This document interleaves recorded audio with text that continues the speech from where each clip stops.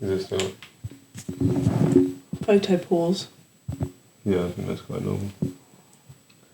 Are you sure? Yeah. You think that's quite normal yet? Is this podcast going to open with a technical issue? No, it shouldn't do. It shouldn't. Shouldn't. My favourite word. It's already started.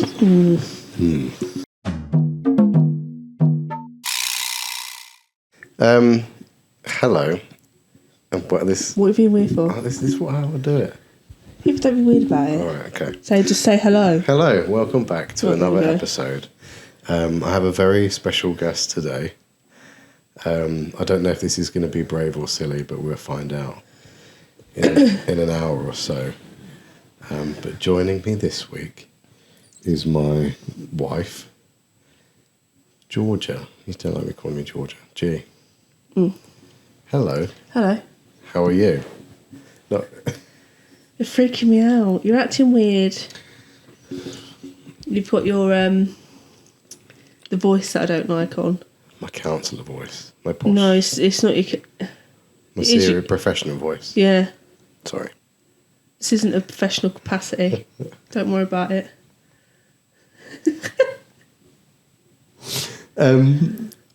I've got. We kind of had the conversation yesterday, didn't we? Yeah. About you coming on here and talking about things. So I've set some just things. So I've got some questions Okay. to ask you. You're actually the first female Woo. guest. That is appalling. Shocking, Michael. isn't it? I'm sorry. Got to represent. What's your beef? Or tofu? Sorry about. David and Stacey fans. Yeah, sorry. I don't know. Well, I just wanted the first guest to be super, super special. Yeah, So- that doesn't work with me. No, why haven't you got any? You're Oh, okay. super, super special. So anyway, I got some questions lined up. Yeah. I don't think I've actually ever looked at you properly like this before in my life. It's very It's a bit strange. weird. On the sofa I'm just going to look over here. where we spend most. Sorry, you can look at. Well, I whatever you normally just look at my phone while I'm sat on the sofa, even if you're there. want. Yeah. It's an insight into a 10-year relationship, isn't it? So do you, though. Yeah, only because you're on your phone. I'm going to do next year on your phone. Okay. Anyway, let's start with some questions. Go for it. How are you feeling about this, by the way? Other than it being a little bit weird. Yeah, it's a little bit weird. I don't like professional Michael. You know that. I'm going to try and... Well, I have to be... I mean, you have to be semi-professional, Yeah.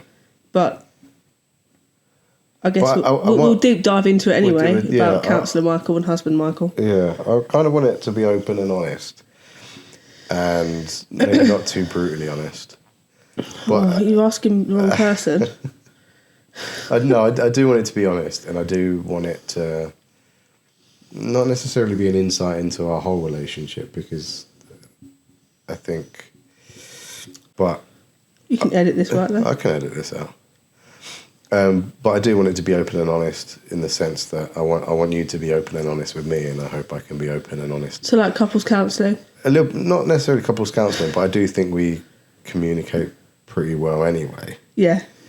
I've said Not to brag. not to or brag, anything. but I have said on the podcast before that there's probably elements where I think we could do better in communication sometimes. If that's fair to say. Yeah. Yeah, no, we're not perfect. No one's perfect. I mean, no, I'm joking. I'm not perfect. I don't like this version of you, like in front of the camera version. It's my Your mask, your show, yeah. your... Maybe I should have a stage name. What do you call me sometimes? There's lots of things I call you.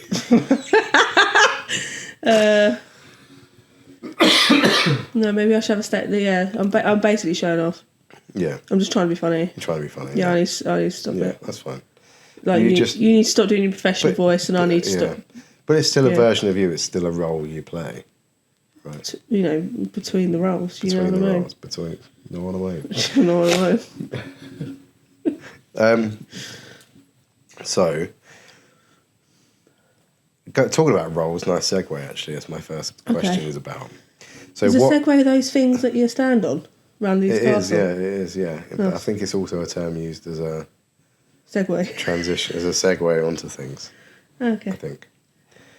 Is that why they called it a Segway? No idea.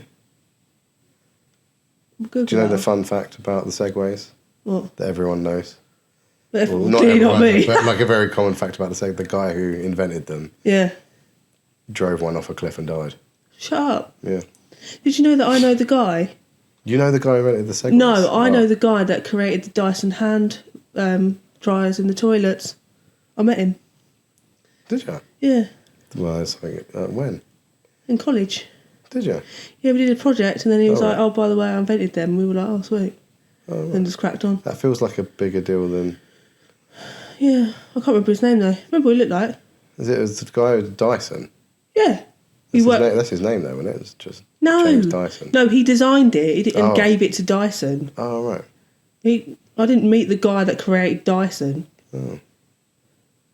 Anyway. I know a guy who used to design adult sex toys for Keith Lemon for his Celebrity Juice.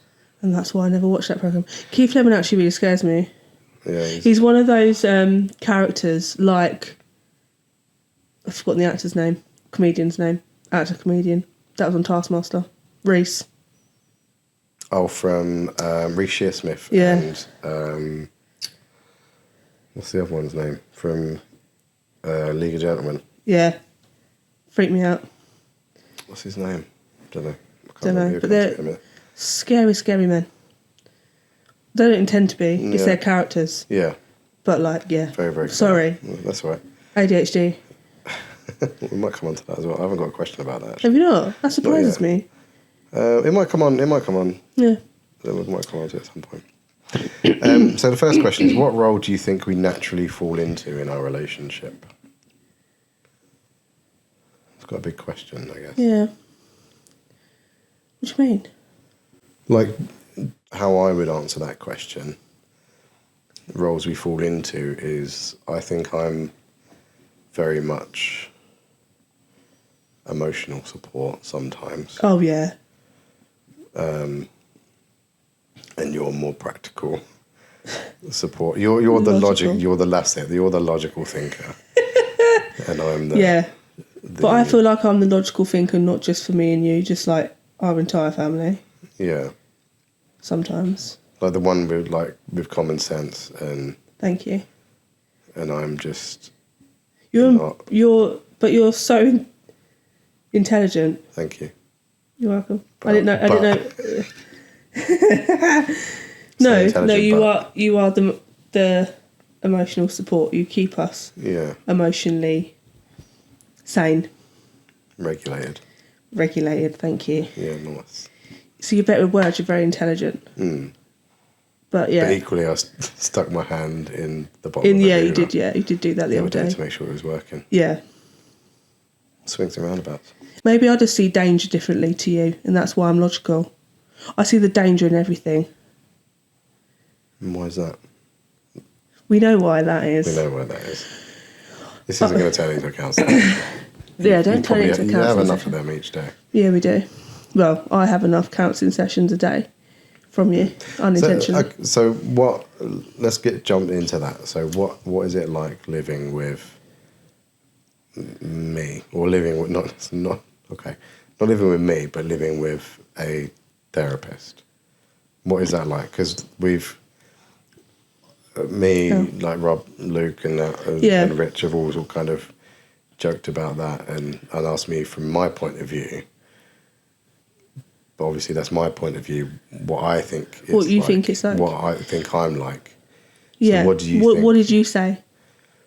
That was a exposure to me not actually watching your podcast. Yeah, They've been great, by the way.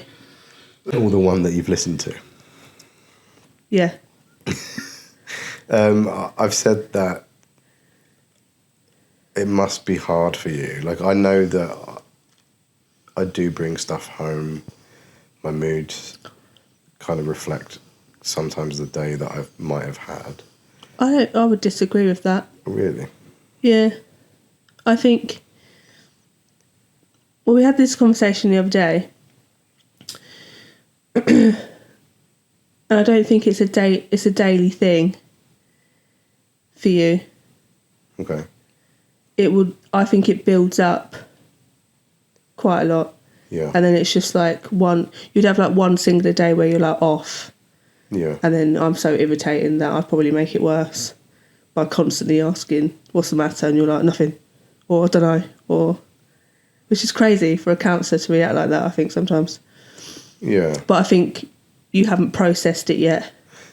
It does take me a while to process. Yeah. And that's something I've learned about myself.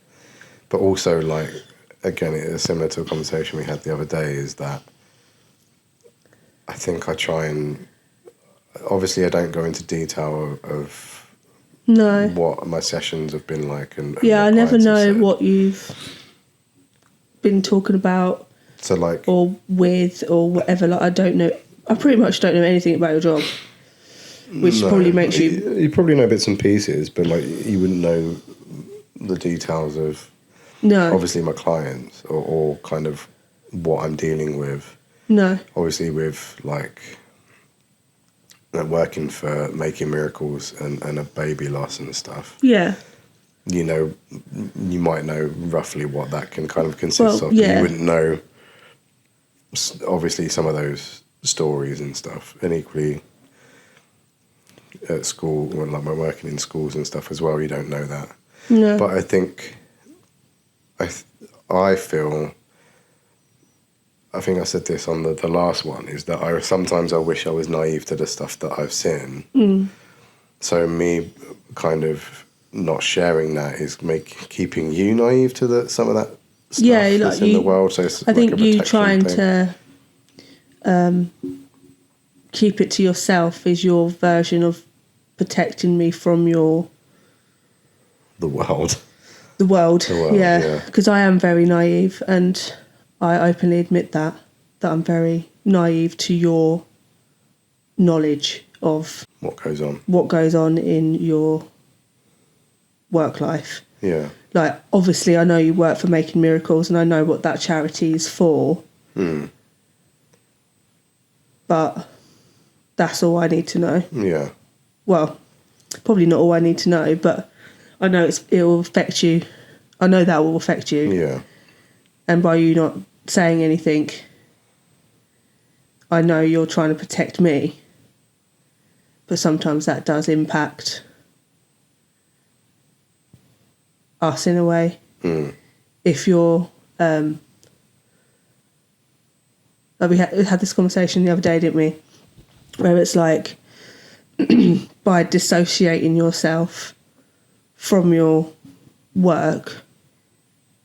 I can't remember what I said.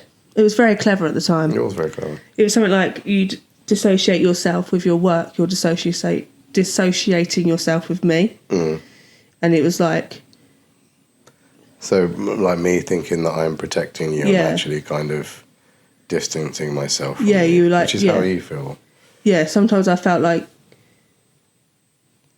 you couldn't come to me Yeah. about it Yeah.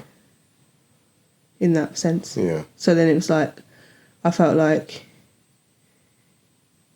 I was almost making it worse, because I am so naive Mm.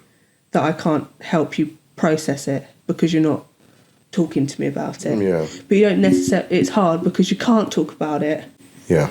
obviously. But you could probably say it in the sense of, I've had a really tough day today. Mm. I've been working with the Making Miracles charity, and I think it's just really Mm. got to me today. Mm. There's none of that, and I think that's what I was trying to say to you the other day, was I'd rather you come in and be like, that was a tough one Yeah. because of this. Yeah. Like, that scenario. Don't ever go into detail. Mm. You don't need to, and I don't want you to. Yeah. And I don't think you want me to, that you want to No. either. But at least having that little bit of communication without Yeah. it being completely Yeah. silenced. Yeah. Something I definitely need to work on. But also, I need to work on my reaction to that. Like, when you're just completely... Processing. Yeah. Yeah. because I don't see it as processing sometimes. I just instantly think that's my fault. What have I done? Yeah. Like, is it me? And you're like, no. And I'm like, or your tone says it's me. And then I'm trying to work it out. And then I'm getting annoyed. Then I start getting sarky and brutal. It's not very often, though. Not very often. But I think sometimes it takes you like a couple of days to process. And I think when it gets into that couple of days, that's when I start getting annoyed. Yeah. Because I'm like, I find it difficult. I find it quite hard to understand. As a counsellor, you obviously help people kind of explain that and help them process that. Yeah. But for yourself, you're very closed in, and I can't help you because I'm not a professional. Yeah. And I don't know how to say it in a way that's going to get it out of you. Yeah. And I think most of my then annoyance comes from my, like, I'm annoyed that I can't help you. How different am I as a... Well, you wouldn't know me what I'm like as a therapist, but how... No. Is there, like, a difference that you can see when I'm in kind of therapist mode and non-therapist mode? Does that kind of make sense? Like, or... It's hard to say because I obviously don't know. But like when you're... I don't know you as a therapist and I never will. No. But like when you're sort of... You come home from like work, say, and you're... Yeah. Like describing your day and... Yeah. Like you go... I just feel like I've had therapy or whatever. Yeah. There's things that you do that I'm like, and then I stop myself because it's different from like talking to your husband. Like I know, like even now, Yeah. you would ask a question and you will be silent. Even if I've stopped talking, if I finish my sentence, you will carry on being silent so that I carry on. And I feel like that is a counselling technique. Is it?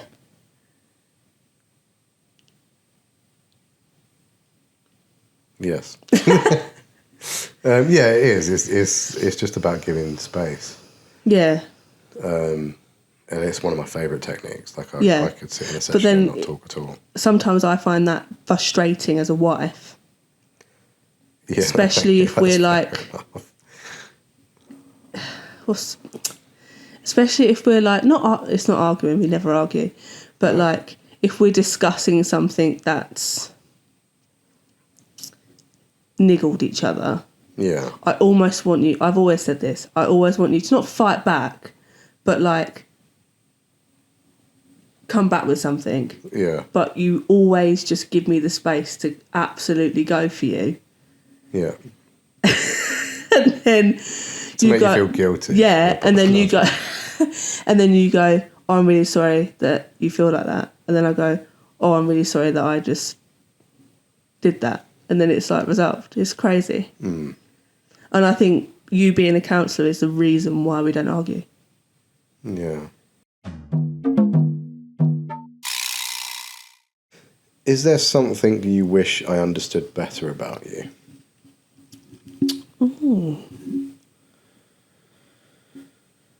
I don't really know. I think you've had conversations like that before.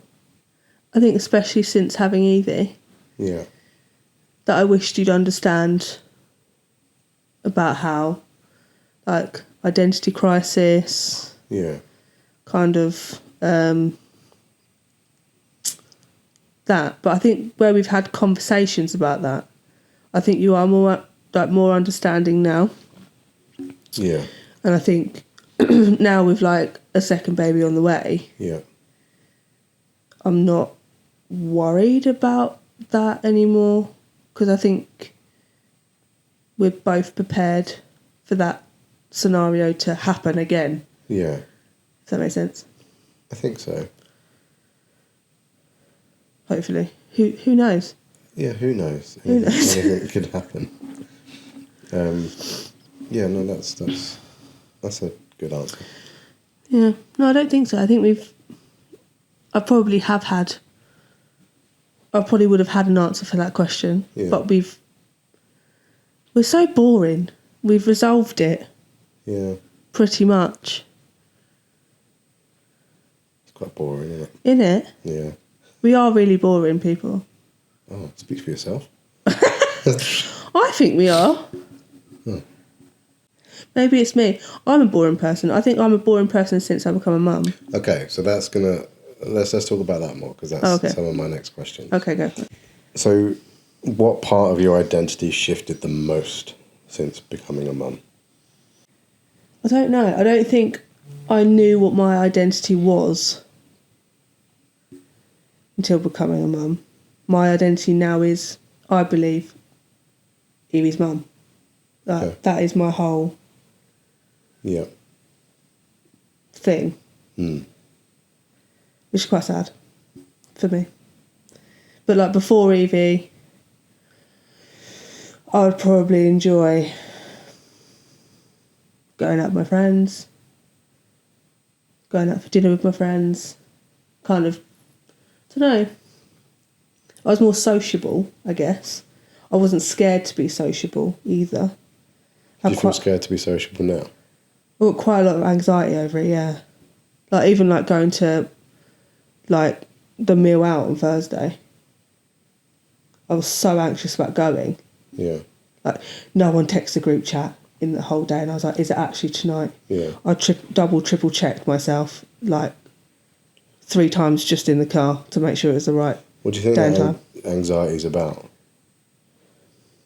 Like, I saying don't know. that, is it because I think it's wondering because if I'm happening or I'm a not? boring person, and I don't bring much to the table in those scenarios. I've got nothing to talk about because I don't do anything apart from be Evie's mum and go to work. When it's work people, Yeah. a little bit better because obviously you've got conversations around Yeah. work, Yeah. and then when I do meet up with my friends, like my side of friends, it's great because we now all have kids of similar ages. Yeah. So the conversation is your children. Yeah. But like, that is it. Do you know what I mean? Yeah, Like my whole yeah. identity and personality now is my children and work. Would you want that to be different, or how would you want that to be different if you do? I don't think I do want it to be different. Because I love being a mum. And I'm really good at my job. No, but I do love being a mum. And I never thought that I'd love it as much. And becoming a mum gave me a lot more than it took. Not that it took anything, but you know what I mean. Yeah. What do you think it's given you? Obviously a child. Given me a child. It's given me probably, I always say this, that like, when I was like little, I don't know what little means, but when I was little, I didn't really have any like goal, like, you know, when you go, what do you want to be when you grow up? I had no idea. Like, I had no kind of desire for any particular career. All I knew was that, like, I was like, I just want someone to, like, love me and have kids and have a really nice house and just go on nice holidays and just have a really, not boring, but just nice life. And I got that. And I say it to you all the time. What? But it's boring. You said we're boring. But people might see that as boring. Yeah. That's what I think. I think other people think we're boring Yeah. because I don't want to go out and like drink. I don't drink. Yeah. We don't drink. Do you not drink because I don't drink? Probably. I think if you drunk, like, obviously not to excess. See, I don't even desire to drink to excess. But like, She can't handle it anyway. I can't. But like, but I think if you drunk, like it would be to the extent of like, oh, we'd have a nice posh bottle of wine when we go out for dinner. Yeah. Or if we went out together for a date night, we'd have a couple of drinks and stuff. Yeah. But I don't think we'd be the type of people that would like be, let's go out and to the pub every night kind of couple. Like, I just don't think we're like that. No. And I think some people actually do see that as boring. Yeah. And that's okay. Yeah, good. Maggie's joined us. Do you want to say anything, Maggie? Good girl. We're also cat people, and that... That say a lot. I don't know. I feel like there's a divide between cat and dog people. Okay. I think dog people find cat people boring. Because dogs are fun, right? Yeah. But they're hard work. And I'm lazy. Right? So Maggie suits my life. Yeah. You're very That's another thing. If I had a dog, I'd probably go out. But you don't want to because it's hard work. Yeah. Maybe boring is the wrong word to describe me. Maybe it's lazy. And that's okay. Yeah. I am lazy. I do bare minimum. I would disagree with that. I don't think you are lazy. Oh.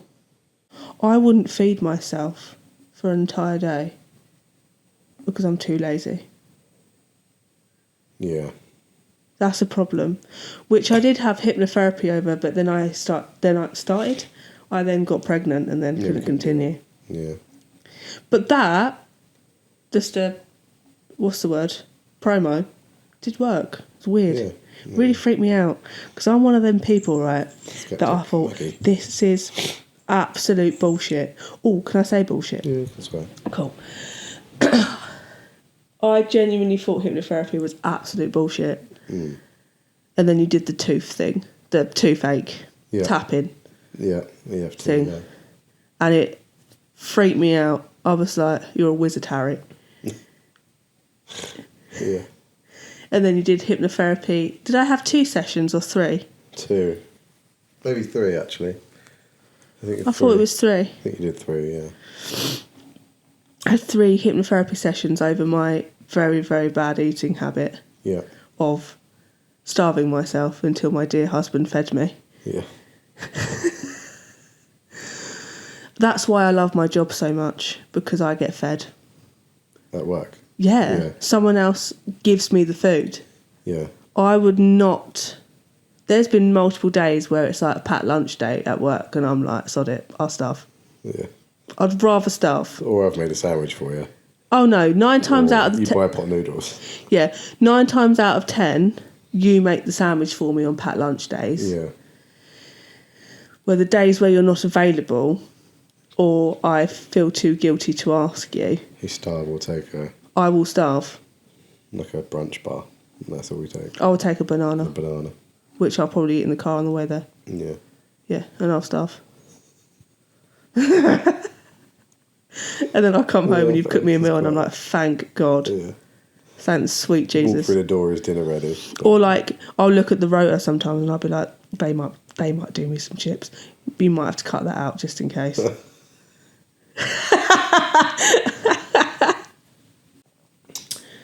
But yeah, no. It did work though, didn't it? It did. Like, I was like, this is bullshit. And then a week in, I went, I made myself lunch today. And you went, did you?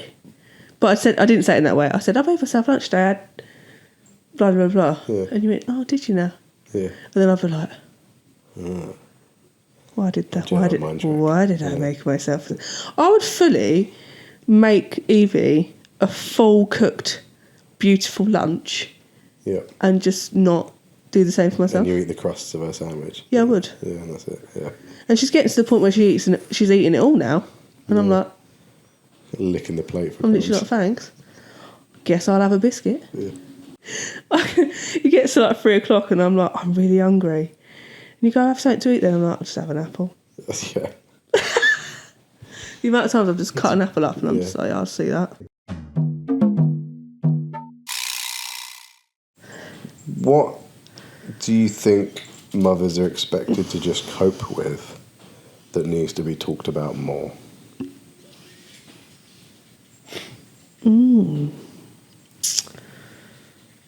I think we are meant to just cope with just the sheer, like, how do I explain it? Even though I'm not in a said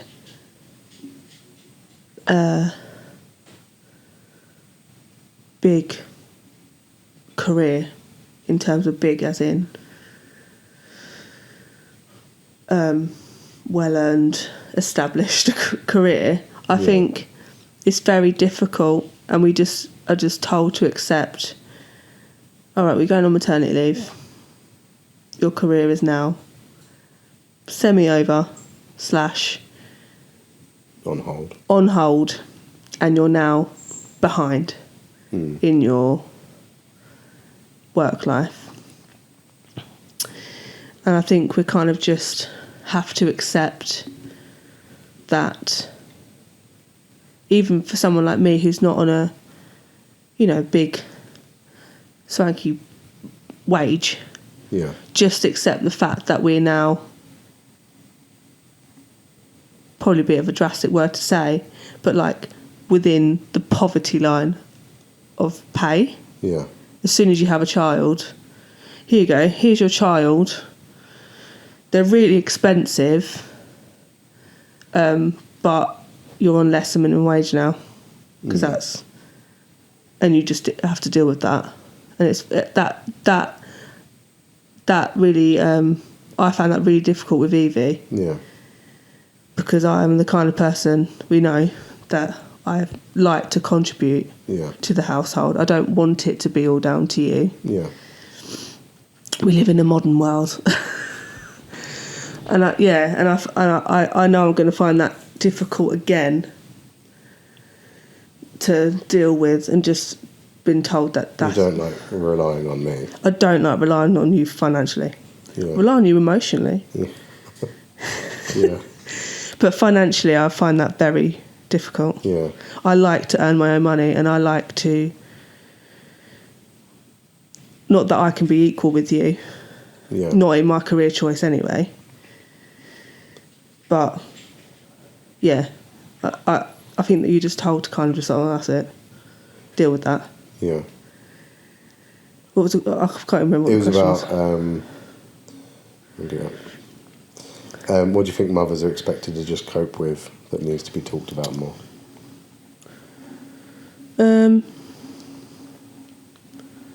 I guess the jealousy part as well. I was very jealous of pretty much everyone when I was on maternity leave with Evie. Yeah. I was jealous of you, mostly. Yeah. For being able to just get up and have a shower and get yourself dressed without going, oh, what's Evie doing? Oh, I can't go right now because Evie needs this. Or I can't just do something basic for myself. I was very jealous of that. Very jealous of you going to work. Yeah. And kind of having adult conversation. Yeah. I was very jealous of, like, my friends that were at different stages of, like, their kids' lives. Yeah. If that makes sense. So, Yeah. for example, I think I was quite jealous of, like, we had some friends that at the time their kids were going to, like, nursery and preschool, and they were like, oh yeah, I've got like Fridays to myself. And I was like, what? I was like, this child is on, like, actually on me throughout the whole day and throughout the whole night. And I was jealous of that. Yeah. Strange. I was jealous of like relationships that people had with their like, because everyone talks about the village of bringing their children up, which we have, but it's a very small village in comparison to some people. Yeah. And I was very jealous of that. Yeah. And I'm the type of person, I had to snap out of it quite quickly when Evie was little. But I'm the type of person that didn't want to ask for help. I wanted the help to be offered to me, and it was never offered to me. Or I felt like it at the time. It was never offered to me. Yeah. And I only ever asked for help when it got to that stage of absolute pure desperation. Do you think that'll change this time round? No. I think it will slightly. Yeah. But not with this child. It'll be you're right to have Evie for a few hours while I stay with this one, or it's supposed to be different with two. I don't know what life is going to be like with two children. All I know is it's going to be harder to have time to myself or to us time. Yeah. Yeah, no. I want it to be different. Yeah. And I feel like I might be forced. I'll force myself for it to be different in terms of this one. Yeah. Because I feel like if I say like to my mum, can you have this baby for an hour, but it'll be so that I can spend time with Evie, I think the whole thing will shift into different reasonings as to why I'm asking for help, instead of when I was with Evie, it was asking for help because I was so overwhelmed by just being a first-time mum and not knowing what I was doing. Listening to that, it's hard not to try and want to help that, but I don't know how to help that. I think it'd be very different this time. Yeah. I think at the time when I was on maternity leave with Evie, you were in a very different job. Yeah. You were working for a charity.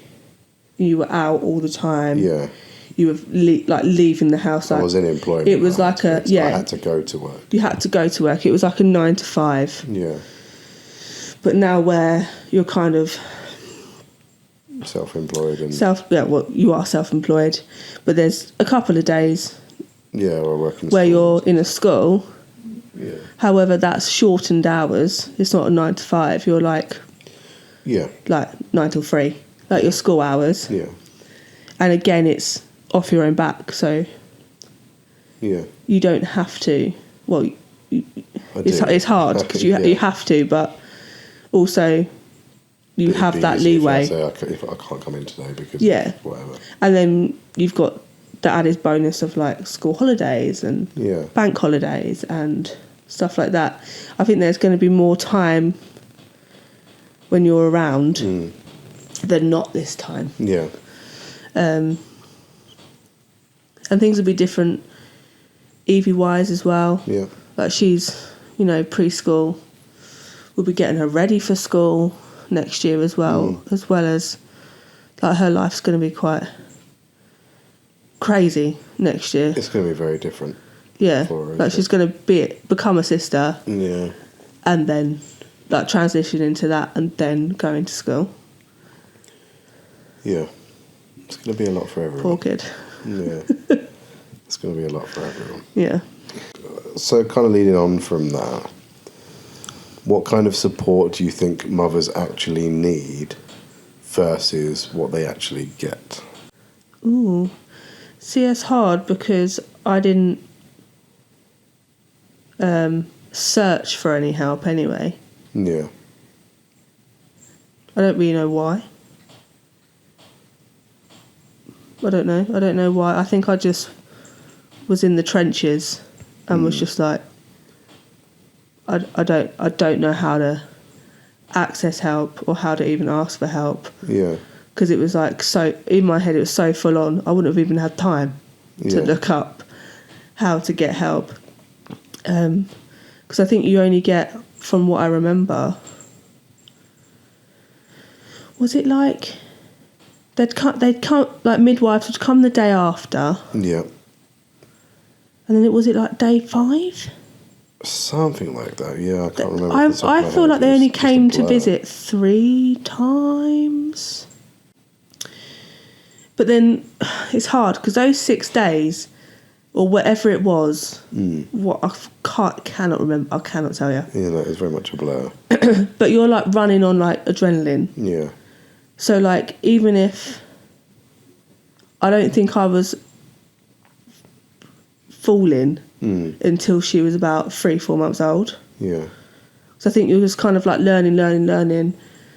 Oh my God, I've got this beautiful Everything's child. very new. And you've got to learn Everything's so very quickly. new, and you're like healing physically, but you're so like high off of it as well. Yeah. Well, I felt like I was anyway. Yeah. And everyone, like, you're getting visitors, and everyone's coming around cuddling your baby and like almost like praising you sometimes, but going, oh my God, like well done, like look at her, kind of thing. And you're on that high, and then the visitors stop, and then you suddenly realise, oh shit, like I am stuck in this house with this kid I don't actually know. Yeah. Especially in the winter months as well. Yeah, yeah. And was that a factor? Because it was I don't know. constantly raining, constantly freezing. It's probably a massive factor, I think. Probably. But yeah, like the visitors stop, Yeah. and that's when I felt like I was like, then dipping. But then your midwives have signed you off. They're not coming back. Yeah. So it's almost down to you. What do you feel like you needed in those months? I guess because I like almost isolated myself, Yeah. I needed someone other than you, probably, to recognise that I'd done that. Yeah. But then, because I was isolating myself, how would have anyone known? True. Like, it was crazy. It was Yeah. like crazy time. So do you think there needs to be more like mental health support or education maybe. around for mums? Because everything's like, you go to, we've not really been to antenatal classes, but we went to, we did like a Zoom one, didn't we? 'Cause Yeah, of COVID yeah, and it was stuff. COVID But, at the like, time, yeah. everything's all around pregnancy and leading up to the baby. There was a Yeah. little bit of like what to do after. I remember that. on I wasn't. the Yeah, training or whatever you want to call it. yeah, but it was more about the thing that we did. The It was more practical about stuff, the wasn't it? practical stuff: how to bath your baby, how to feed him a bottle, Yeah. how to change a nappy, how to check the temperature, Yeah, which is great yeah. because I didn't know that stuff, and still didn't when when she was born. I was still learning it, obviously. yeah. But I rarely see anything around And they always say, if you feel like like this. yeah, like look out for postpartum depression. What is that? But that what is that? They were like, look out for it. Look out for what? Cool, yeah. Look out for what? Like, because I wouldn't have recognised it. Yeah, Like in my head, I'm like, I just feel a bit down today. Feel a bit sad today. Yeah. But then like the next day, I'd be fine. Or I'd be like, I've had a better sleep. Better, not good. Yeah. But like better sleep, or I'd reset over a weekend because you were home. yeah, And then like the midweek would dip. Like it was just strange. Like I wouldn't have known if I had it or not. I still don't know if I had it or not. Crazy. Yes, it's hard to say because again, I wouldn't have known Yeah. if he was or not. I obviously would sleep deprivation and Yeah. It's like you just all I And stuff know as well. about. I think most of my I don't think I would have been attuned to your no. feelings because of I felt like I had a lot of catching up to do because I was at work. So all of my time at home was bonding with Evie, learning how much formula is she having now. Yeah. You know, how do I like bath her, like all of that, like learning all of that sort of stuff, and all of that kind of catching up to do, because I felt like I'd missed out on. Yeah. You were like So catching up with her. Yeah, I was catching up with her. Yeah. Yeah, because I wanted that, and because I felt like because me spending time with her was giving you a break, which is what you needed, or I thought you needed, and probably didn't need. It was probably what I thought I needed. Yeah, but because of that, you was almost neglected. Yeah. In that sense, because I'm like, oh, like, how's your day been? You've been, oh, it's been rough or whatever. It's okay, you go and have a shower or lay down or whatever. I've got this, like. Yeah. Whereas you probably didn't need that. Yeah, You might but I didn't know needed what I needed. Maybe more It's connection crazy. or more. Yeah. Whatever. Yeah, it's crazy because, like, as a mum, like, you think a break is what you need. Yeah. But you don't actually know what you need to help. That's bonkers. Now, like, it's different. Yeah. Like, but she's a child now. She's not. Yeah. It's a completely different parent. Like, it's different parenting this child now than it was 3 years ago. Is there anything you feel like, as a mum now, that you need that isn't offered, or again maybe like talked about? No, I really enjoy being a mum right now. Yeah. Like, in this era. Like, she's so funny. And she's so good. Like, she's a really good kid. Yeah. You're welcome. Not joking. No, but she takes after her dad. But, like, I think it's easier for our village to look after her as well, because she is such a good kid and she's at this beautiful age. Yeah. But I think babies just really, really need their mums. Yeah. And I think that's very hard to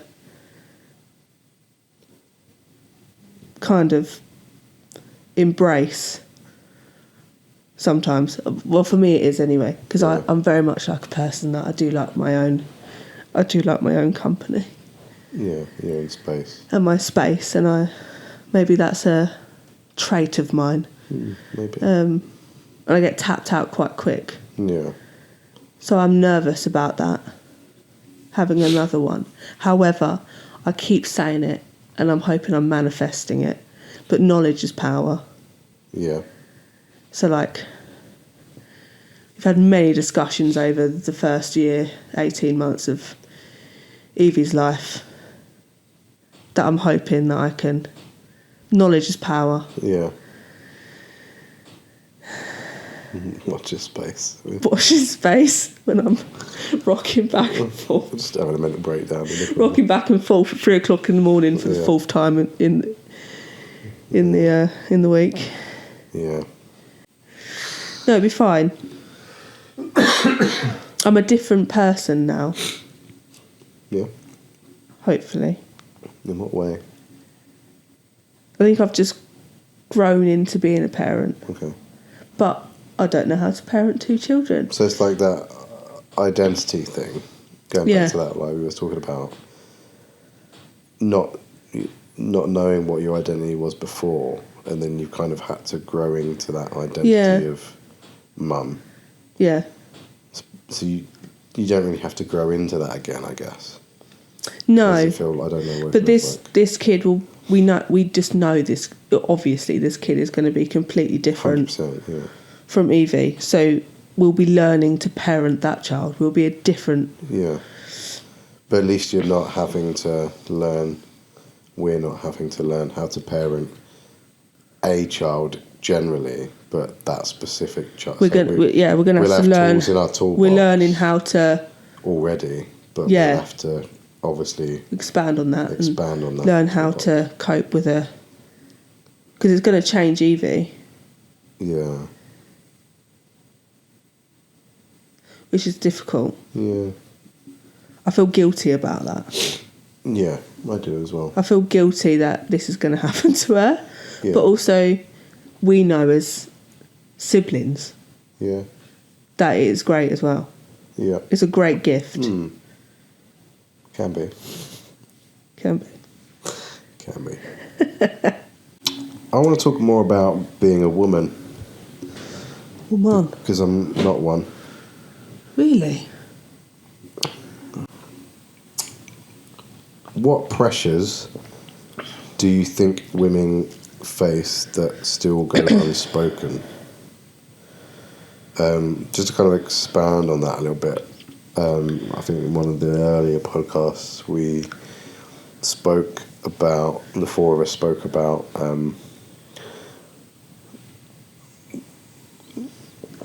some of the stuff that we felt as men, women go through, or how women have changed or shaped our lives. Okay. And we talked about, just trying to remember, we talked about obviously like the safety aspects and stuff like that. What? Like the safety, like generally we kind of Oh, talked about obviously being a woman in this particular right, yeah. time. I was like, It's quite scary. yeah. And just kind of things like that, really. So I guess to hear it from someone who is a woman, Yes. is there anything that kind of gets unspoken that needs to be addressed or needs to be talked about more? That is a very hard question. So what did you discuss on that podcast? What did you mention? We spoke about pressures of being a mum, what that brings. We spoke about the safety elements, the barriers, the inequality and some of the injustice Yeah. that is kind of experienced by women that we get as men get told about or brought up in discussions and stuff like that. So it was all quite kind of yeah, it was quite general. We didn't go into obviously too many specifics, I don't think, because we don't have that experience of being women. So Right. it was kind of like our view of that, of what we feel like your pressures are. Does that make sense? Yeah. I think being a mum I think there's a lot of pressure that when your children get to a certain age that you should be like, you should be a fantastic parent but have a fantastic career, and you can't like be present. You've got to be a present parent, present mum, but also be present at work. And it's a lot. Yeah. Like it's I find it quite a lot, even just in my job, to be 100% in my job. Yeah. And then when I'm at home, 100% mum. Yeah. And I find that quite difficult. Yeah. I don't really know how to expand on that. Like what other pressures do you feel, I guess, being a woman in society? Like, is there something we haven't really touched on in the podcast yet? It's something I kind of want to talk about more. Is like social media kind of pressures. Oh, right, yeah. I guess as well. Yeah. Part of a conversation I want to have with the rest of the boys is around kind of body image and all that kind of stuff as well. I think that works for all genders.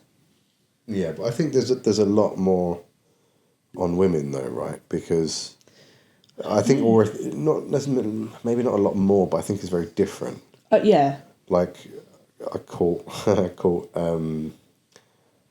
a section of Loose Women the other day, Oh, which I struggle to watch that. really struggle to I really watch. struggle to watch that. Some of it's good and raises interesting points. Hmm. But they were talking about, obviously, the weight loss jabs and stuff like that. Right. And they were talking about how, obviously, in the media at the moment, there's lots of celebrities and stuff going through or looking like very thin and skinny. Yeah. And they were talking about how it's kind of gone over generations, that there was pressures on women to be stick thin, there was pressures on Yeah. women to be curvy, there was pressures on women to have big boobs or big bums or little boobs and all that kind of little, whatever it is, changed so Yeah, much it's over like the it years. changes bloody week by week, mate. But equally, all of that pressure comes from a lot from women themselves. Oh yeah, it's like And that's women's fascinating to me. insecurity. Like women's insecurities are then plastered over social media, Yeah. and And it tends to be not, there's a very general sweeping statement, but it tends to be a lot of women commenting on women's oh yeah, looks. women Men are, do, because women men, are nasty, yeah, vicious. yeah. And men can equally be as bad. Because Yeah. Men can be disgusting. Yeah, can be. And how they view Some. things. Some, not all. I just think that really interests me in that kind of pressure to Yeah. look and to be a certain way. Yeah, I think if you'd asked me like this question like 15 years ago, 10, Yeah. 15 years ago, when I was a completely different point in my life, Yeah, as in maybe uni, yeah, 15 years ago, then I would say that college. thank you. I think it's more uni, unfortunately. I think there was a lot of pressure in that point of my life to look a certain way, to act a certain way. Yeah, I think that's why I feel so differently, probably going back to that conversation at the start that we had, where I think I'm boring. Because I think at that point in my life I was just putting on this identity, this like personality that I thought is what people wanted to see. yeah, Like I would go on nights out with my friends. I'd never enjoy it. It was never an enjoyable experience for me, but it's what I thought was socially acceptable. yeah, There was like, when I remember being in uni and just absolutely starving myself for weeks on end Yeah. because I wanted to be a certain size. yeah, And now I just don't care. Not that I don't care. Caring's a different. Care's probably not the word. I want to be healthy. I want to be healthy, but for different reasons. I want to be healthy because I want to live a long life for my children and my family. But like, I don't particularly worry about looking a certain way anymore because you love me. My child loves me. So why do I need to look like the people on social media? You don't love them. no, So why would I want to desire to look like them?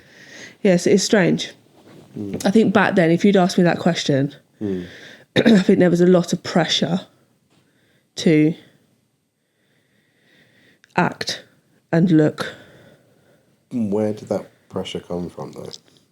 I think my like kind of social group, I guess, Okay. at the time, Yeah. or my desire to be in a certain social group, Okay. maybe. That's probably going from school and everything. Yeah. You want to be that kind of, in that group where everyone likes you, or you're the one that everyone kind of like wants to be around. And I wasn't in, obviously, obviously I wasn't in that group at school.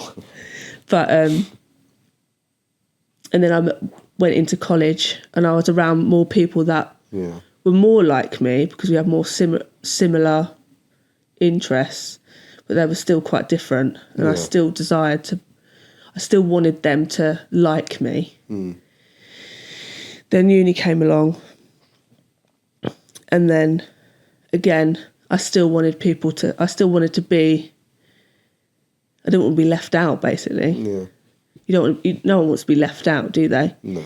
So you kind of try and follow the trends, or follow that, and there's quite a lot of pressure on that, and all your friends getting boyfriends, and like that wasn't happening for me. So I was like, well, I've got to be like that girl over there, because she looks like she's the happiest person in the room because she's loved by this random boy. Obviously, looking back, like, it's insane, really. That's insane, absolutely insane. But then I met you at the uni, not at uni, but in that time. In that time. 10 years ago. I know. Crazy. I don't think that answered your question. Yeah, it does. I think so. What? Maybe not the unspoken, the pressures that get unspoken, I guess, or not. I don't know, like, I'll be thinking about these questions for maybe like 3 to 5 working days from now, and then I'd have a really good answer. We'll do a follow-up.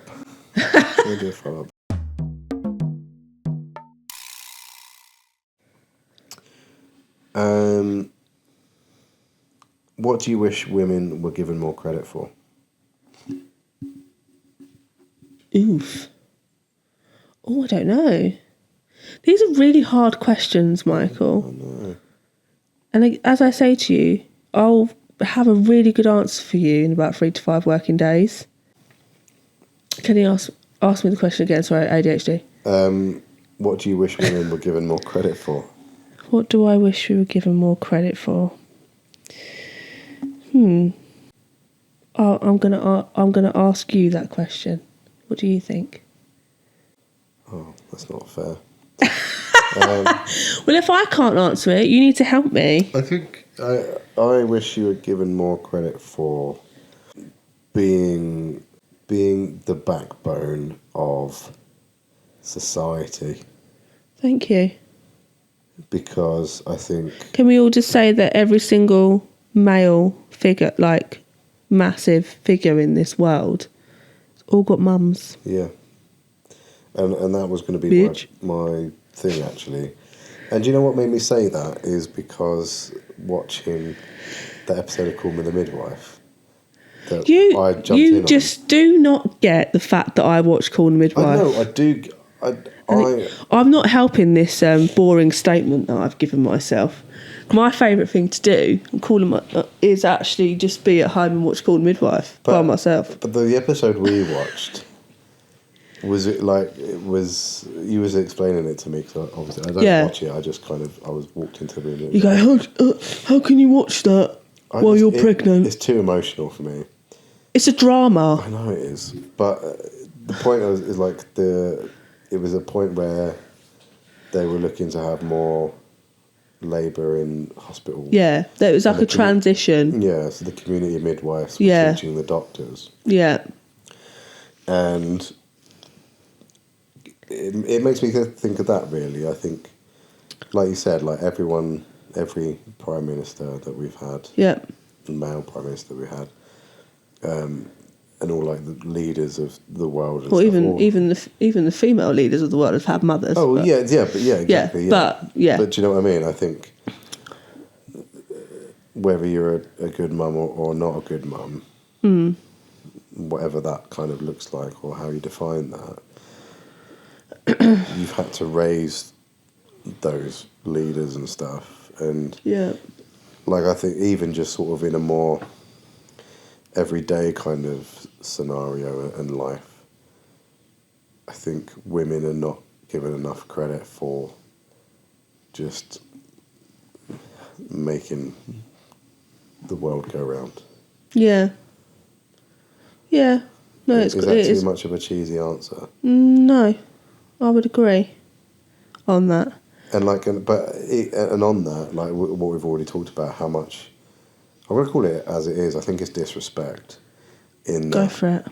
You know, maternity pay is awful. Oh, maternity pay is awful. Like that pressure. Well, we've had many discussions over. We have maternity pay and how.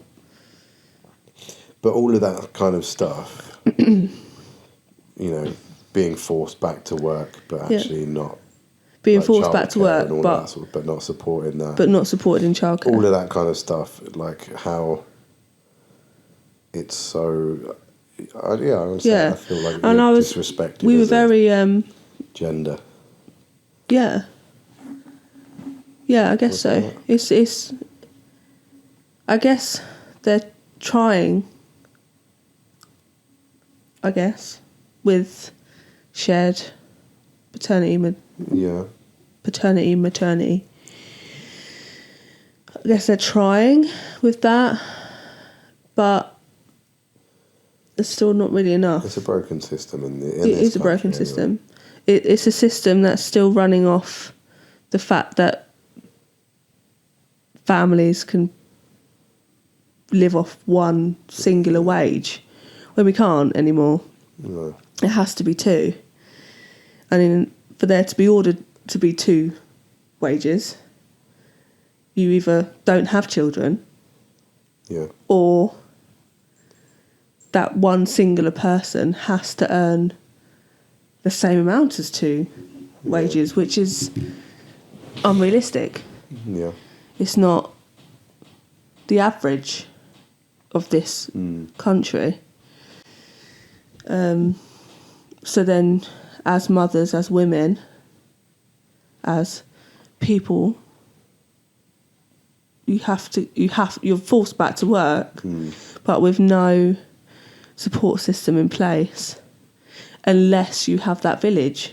Yeah. I don't know how people do it when they don't have that village, and I think I'm quite scared for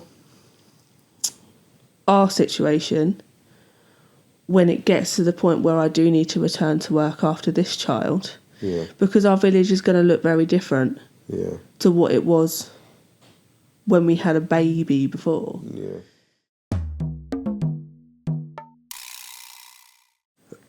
If we swap roles for a day, what do you think you would?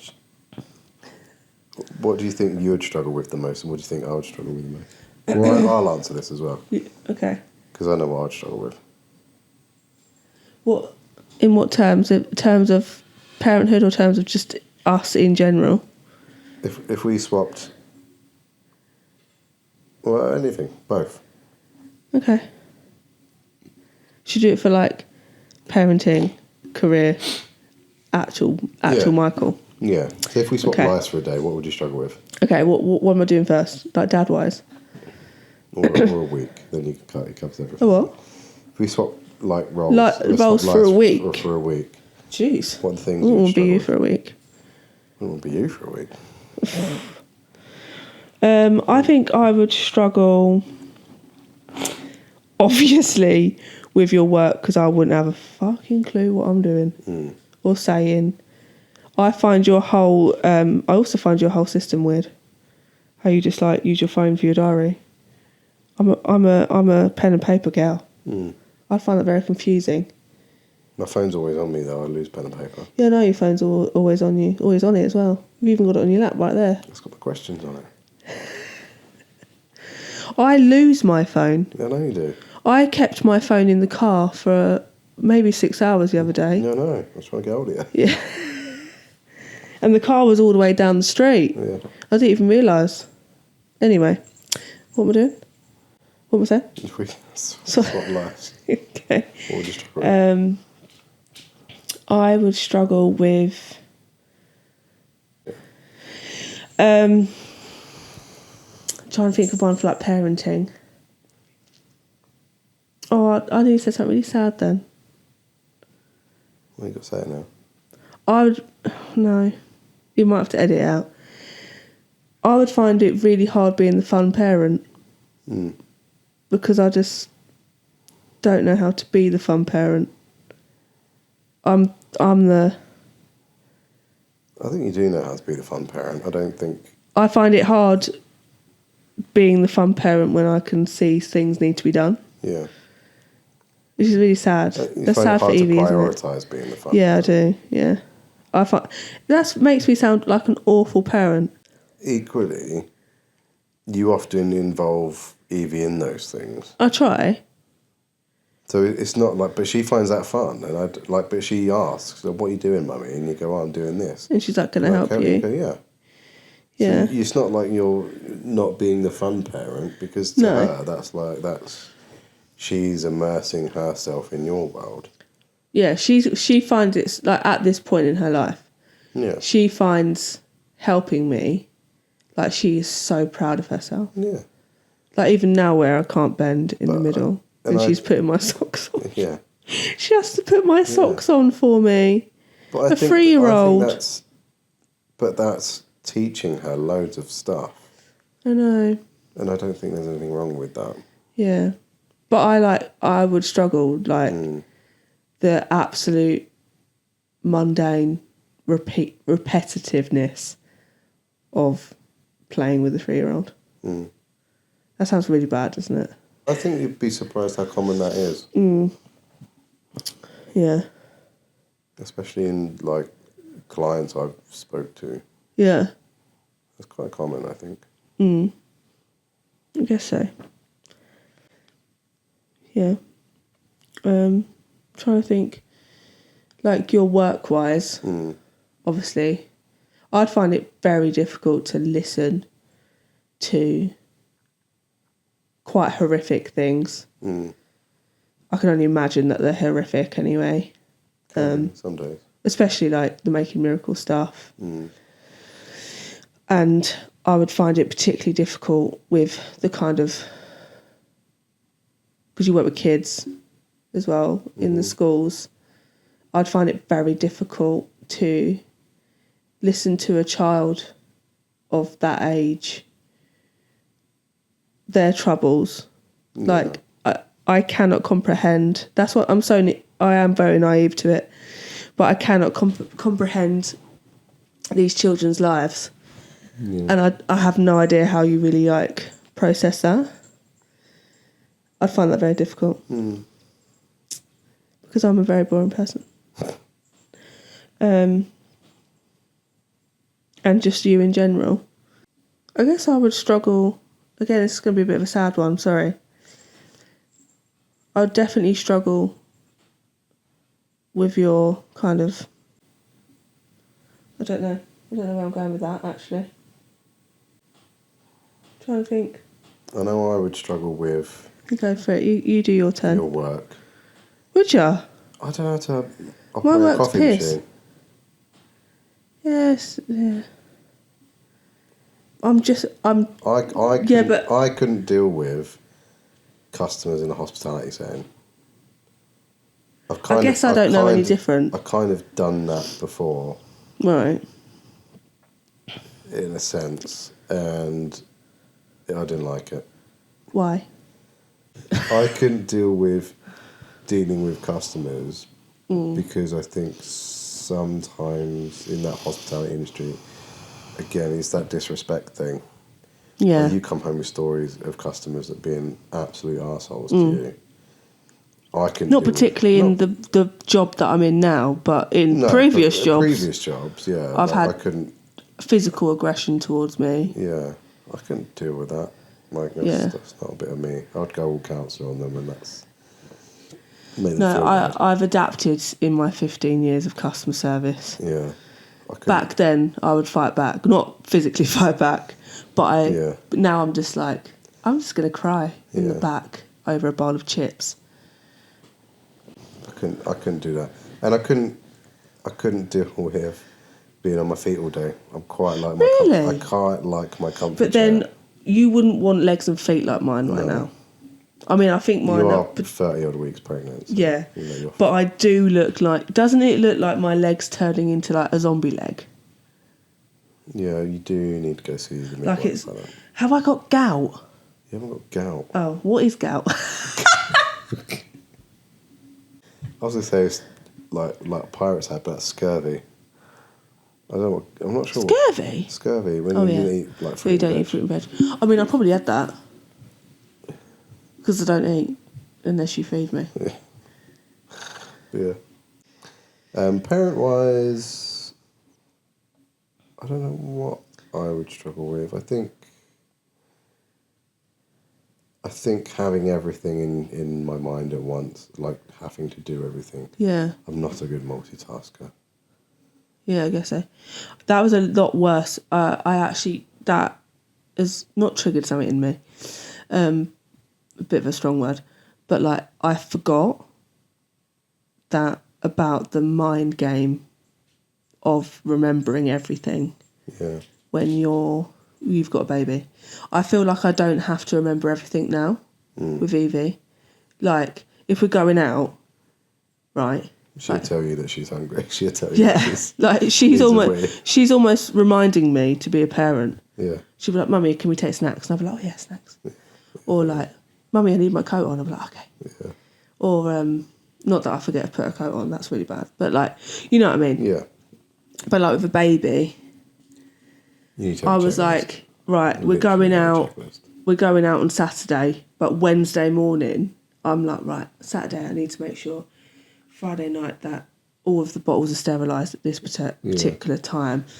And then I've had like different scenarios in my head in case she doesn't sleep all night, or what if she sleeps through her first nap? This outfit, This this outfit. amount of formula. And then I think that's where that jealousy came in as well, because I'd be like, all he's got to worry about is when he gets up, like what the cricket score is. But I'm loading the bag. I haven't even showered. He's huffing at me because I haven't showered, but he's not helping me because he hasn't got this long list in his head of what needs to happen to get us out the house. And then when we're out the house, anxiety in case they're screaming all day and people are looking at me, thinking, "Oh God, she can't cope." Anyway, that was quite angry. Sorry. That's right. It's bound to happen.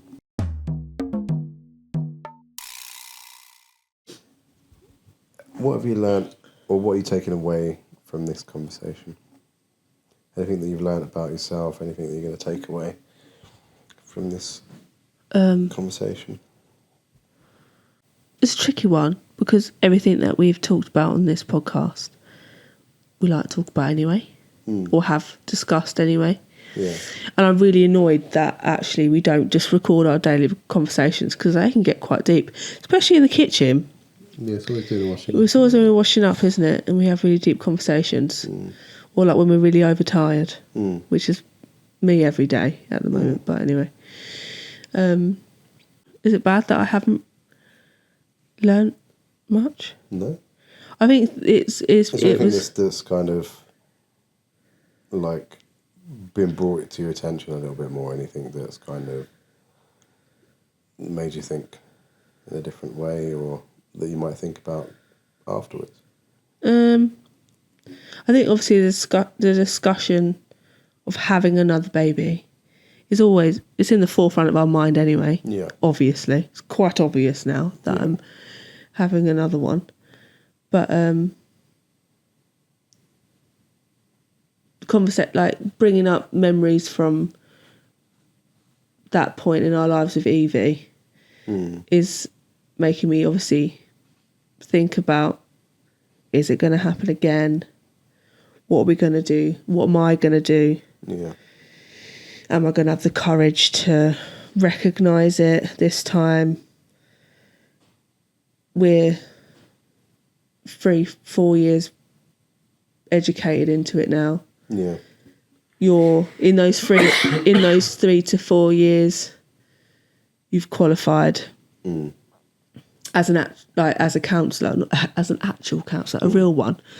A real boy. You're a real boy. But like, would you recognise it? Would you step in this time? because I think that's what I need. I think that's what I wanted from you. Yeah. But as you said, times very different then. Yeah. You were not, it sounds bad, but you weren't there Yeah. in those particular days that I remember. Yeah. That I will always remember. Mm. So like within those 3 years that I think that you've been qualified, I think I wouldn't say our relationship's changed, but I think both of us have grown in those 3 years. Yeah. And I don't know whether that's down to just that, or we are 3 years older. Yeah. We're 3 years into parenting. Knowledge is power. Knowledge is power. Hopefully. But I think I think in those last 3 years I've learnt more about myself Yeah. because of you. Things like my undiagnosed ADHD. Mm-hmm. But learning like the reasons why I'm like the way I am Yeah. is potentially because of that. Yeah. It was, I think over these last 3 years that's been quite validating for me. Yeah. And for me, validating myself over that is accepting things, which may have been the reasons why I coped the way I coped with Evie. Yeah, that makes sense. So like not understanding my rage, not understanding coping I had no coping mechanisms in place. But like I think now, but then I've never got to that point since she's been this age, like a child. It was only when she was a baby, and I think that's probably triggered by sleep, isolation, loneliness, being on maternity leave, jealousy from other people not being on maternity leave, and having almost the life that I've got right now. Yeah. All of those things collectively. Yeah. Can't wait to have another one. Yay.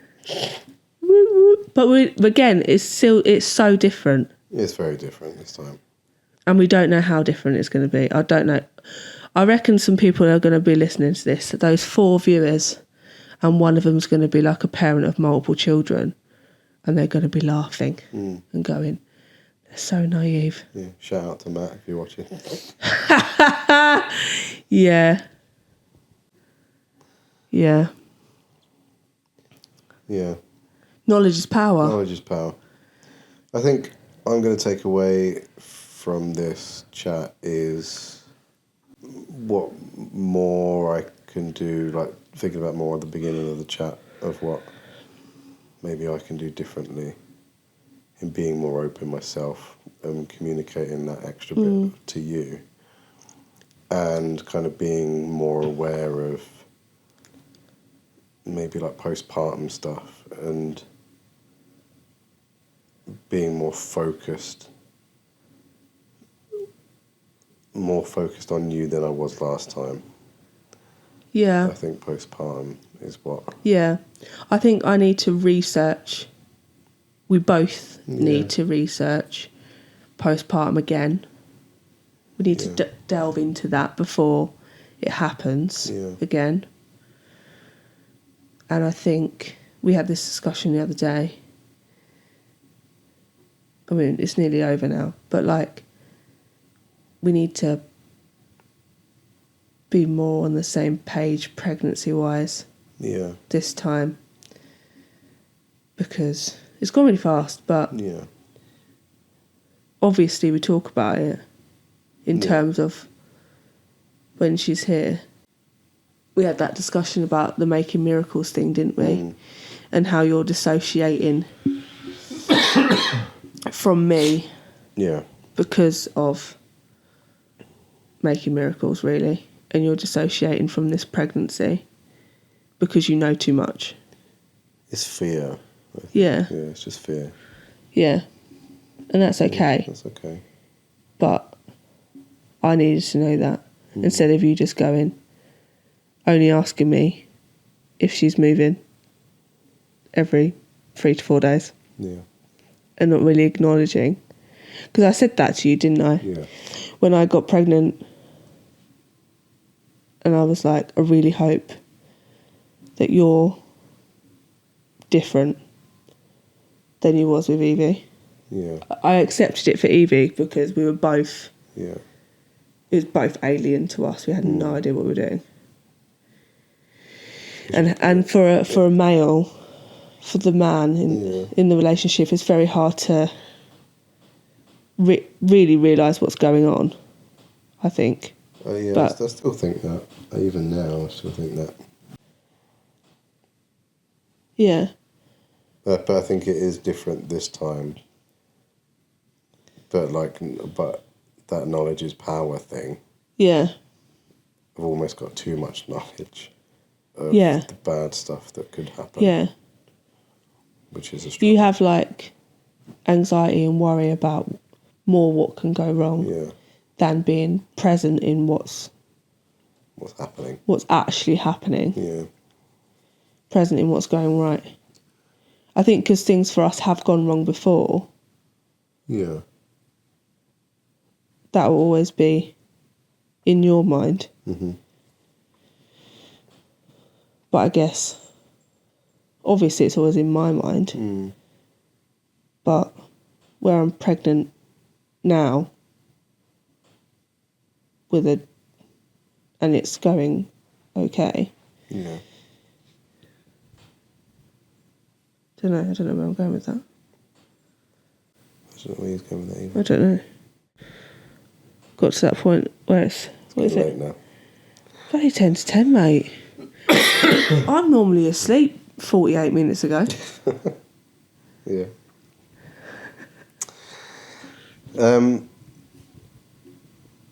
Thank you. Thank you for joining me on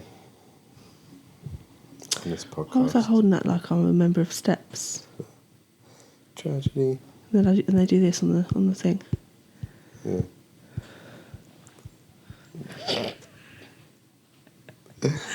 Like a 90s band. 90s. Thank you. You're welcome. For a chat. Hopefully that wasn't too boring.